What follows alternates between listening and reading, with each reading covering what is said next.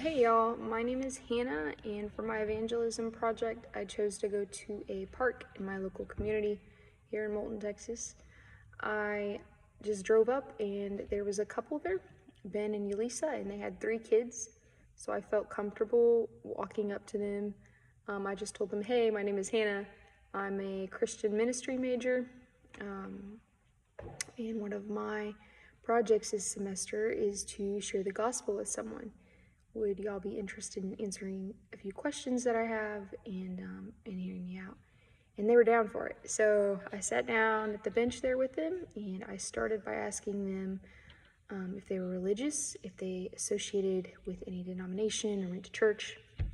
And Elisa, their names were Ben and Elisa, the woman, told me that they were Catholic.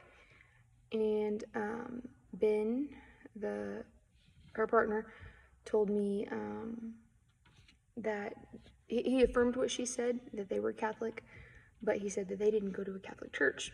So I said, okay, what are y'all's, as Catholics, what are y'all's beliefs about how someone goes to heaven?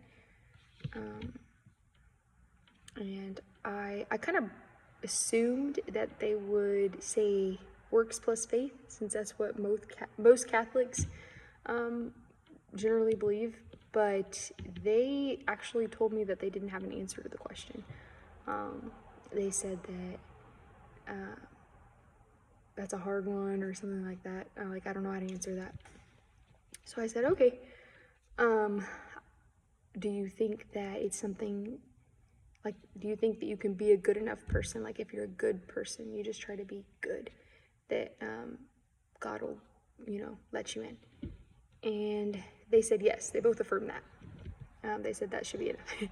So I said, okay, so I'd like to challenge that belief and argue against it. I told them, you cannot earn your salvation. You can't ever be good enough to get yourself in heaven.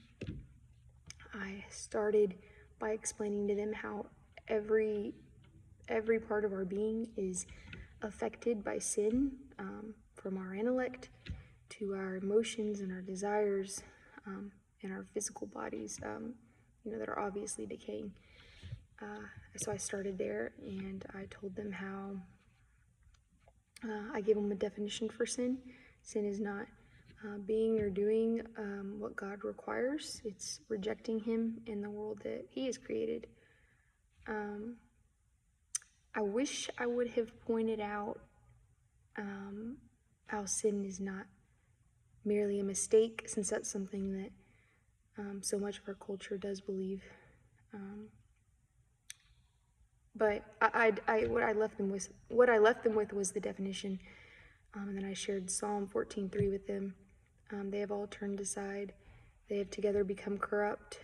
There is no one who does good, no, not one. And I explained how God is holy.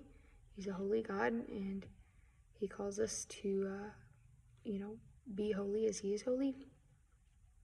And so I tried to bring them back around to the original question, if God is holy and we are sinful and wicked to the core, and yet He calls us to be holy, how are we going to get to heaven? Like, how does that work?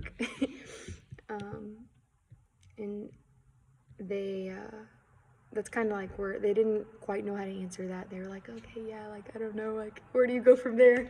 So I explained to them that this is where the gospel comes in. Ephesians 3:8-9 says, "For by grace you have been saved through faith, and this is not your own doing, it is a gift of God, not a result of works, so that no one may boast."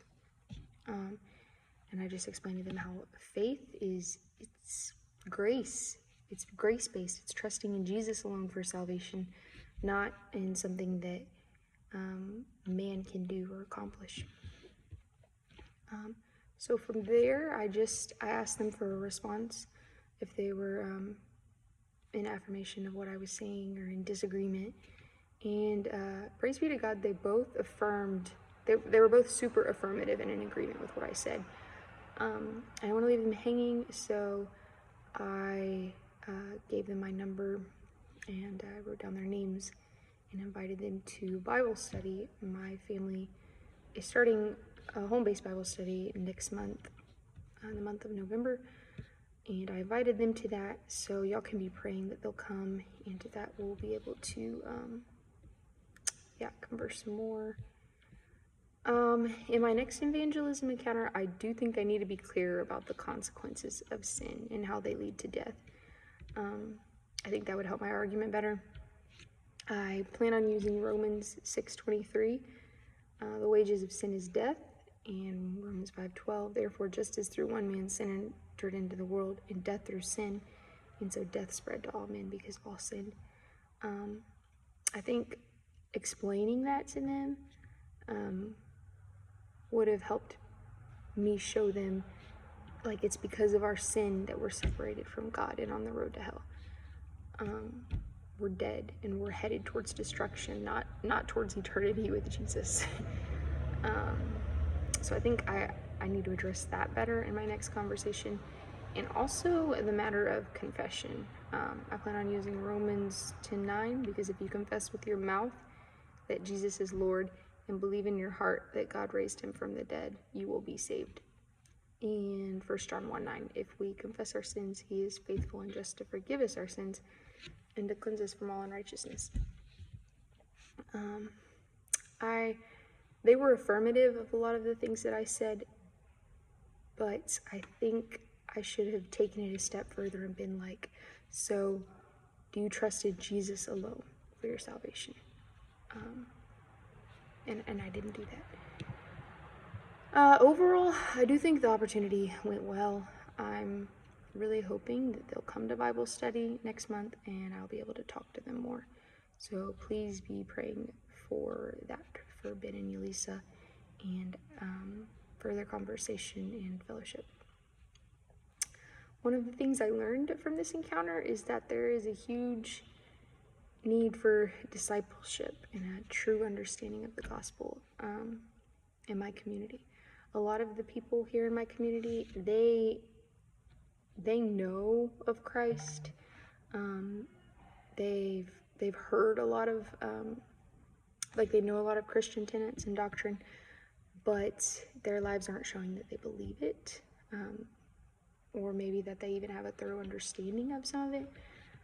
So one of my coworkers would be an example of this. He affirms pretty much all of the same doctrine that I do.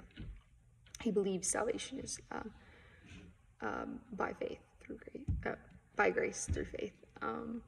But he's living with his girlfriend, and he doesn't go to church. So is he a believer? I mean, I don't really know, but it seems like his life says one thing, while he verbally affirms something different.